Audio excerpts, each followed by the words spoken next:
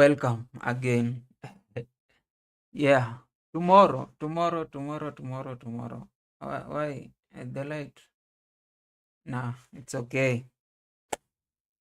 Tomorrow we are going to March day 3. And you know what?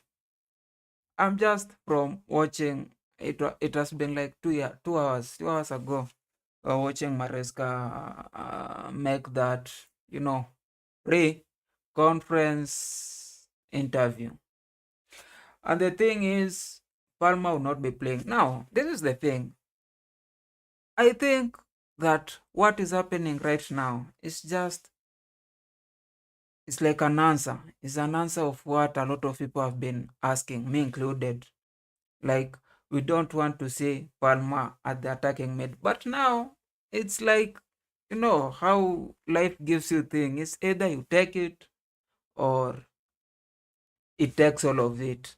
We did not ask for Palmer to be sidelined. We did not ask for Palmer to get an injury. We only asked if we are not going to score, especially after that Crystal Palace game. Probably Palmer should be moved from attacking mid to right wing. It wasn't like we were asking for you know the football god to take Palmer from the team to the sidelines. No, we don't want Palmer to get any injury. Now, any other notable person that will be missing, I don't know if Saka will be missing. He had an injury the last game, but this game I feel everybody's here. So, tomorrow, the first match will be Chelsea versus Fulham. I don't like early kickoff, but I think this is one game which initially, I thought it was going to be difficult, but after looking at how Fulham has been performing, in the first game they drew against Brighton, in the second game they drew against Man United, and I thought Brighton were good, but then in the second game Brighton were beaten severely, severely, like they were crushed, which I it allowed me to conclude that I had given Fulham a lot of respect, but I'm taking the respect back. And Fulham is one of the team which usually falls between position 9 to 14. And the teams in that position are usually not hard to beat because they don't know if they should play as, relegation teams where they just park the bus, they just wait behind, or if they should attack you. Whenever they wanted to attack, especially for a period where we had, weak defense, they will attack and then some of them will score. But most of them, especially right now, we have a robust defense, solid defense. Sanchez is there. And, well, a lot of people have been complaining, again, me included, on Sanchez. I think he has improved quite a bit to an extent where, in the last, I think, we haven't conceded more than 2 goals. And even in the last goal, it was a huge mistake, a huge keeper mistake because it was a long shot. But then if you look at it, he could save that and then we'll get 2 clean sheets like Spurs. So I think in the first game, Chelsea versus Fulham, I don't think it's a hard game for Chelsea.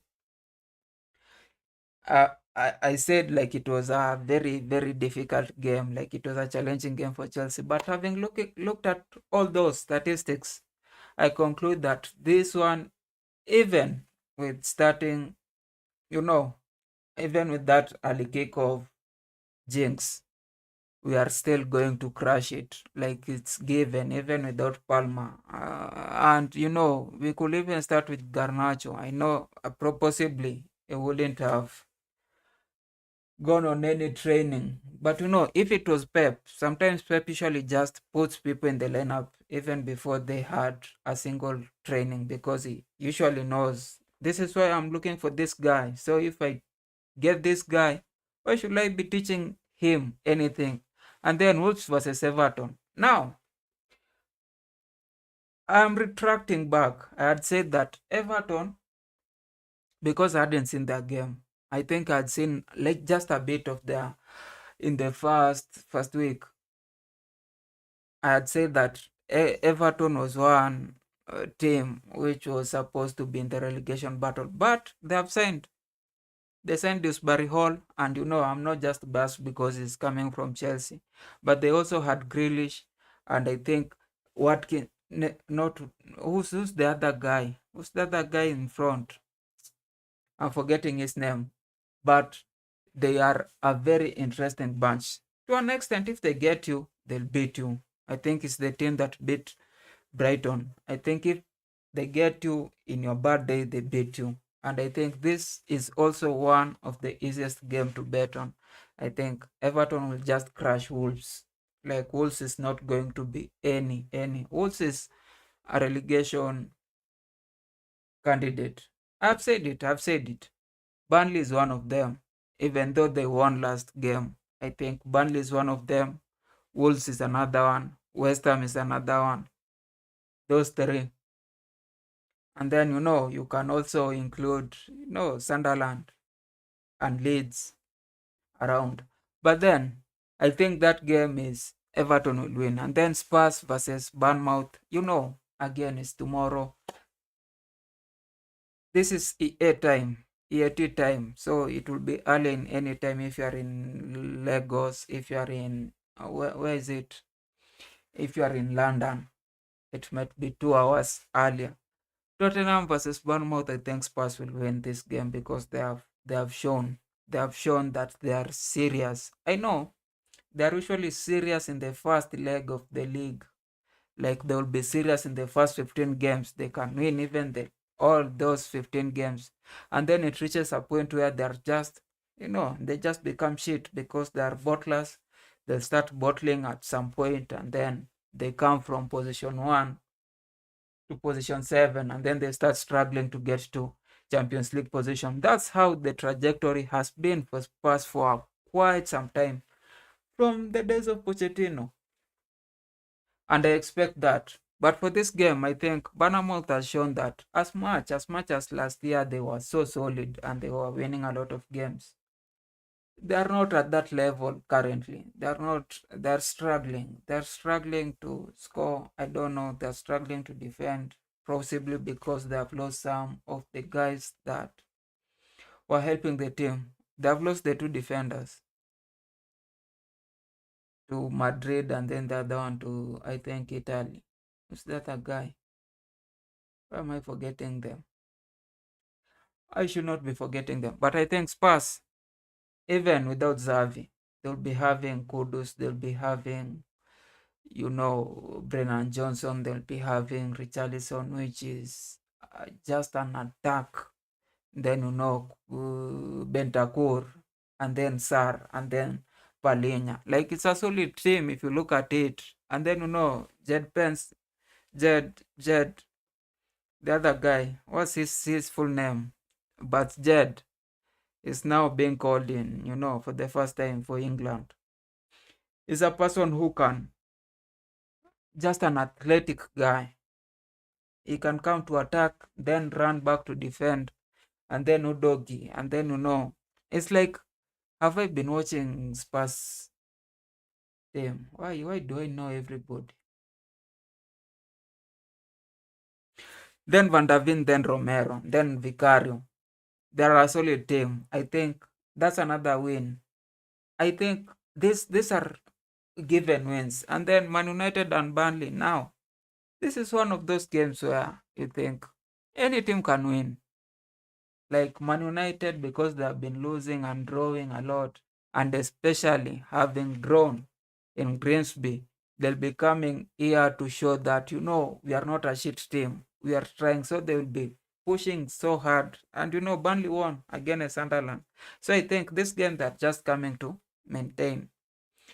If you can beat us, beat us. But I don't think Burnley has always been, trying to play that,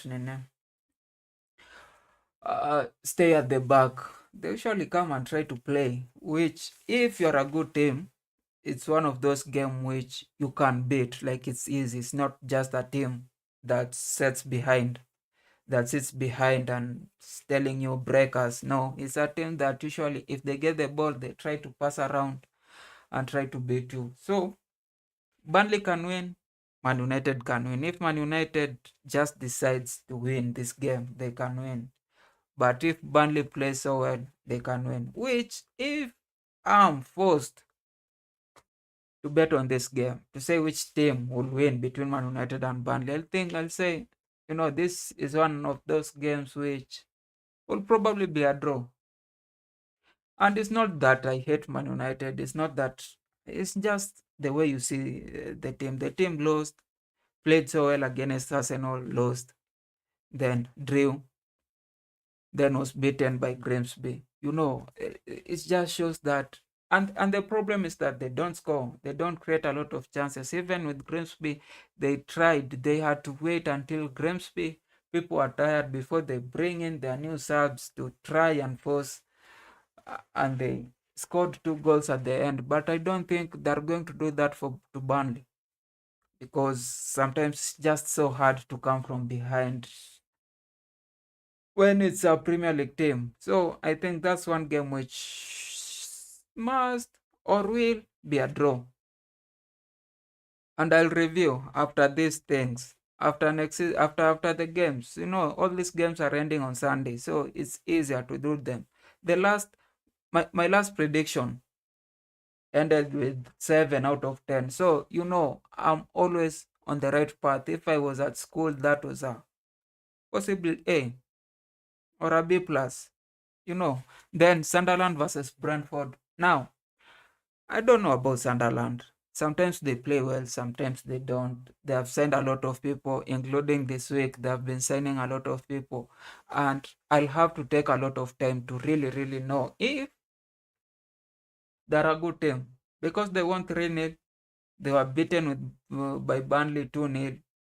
It's like off, on, off, on. With Brentford, now, I think Brentford, they are not the team that was playing last season, but they still have, they still have the same core, like defenders and midfielders. Now, with the attack, I'm so sure they are going to get some problem. But then with defense, I don't think Sunderland will just go and break Brentford unless it's a corner, unless it's a penalty, or unless they just get individual mistake. So it's one game which you think Brentford will win, but then I don't know.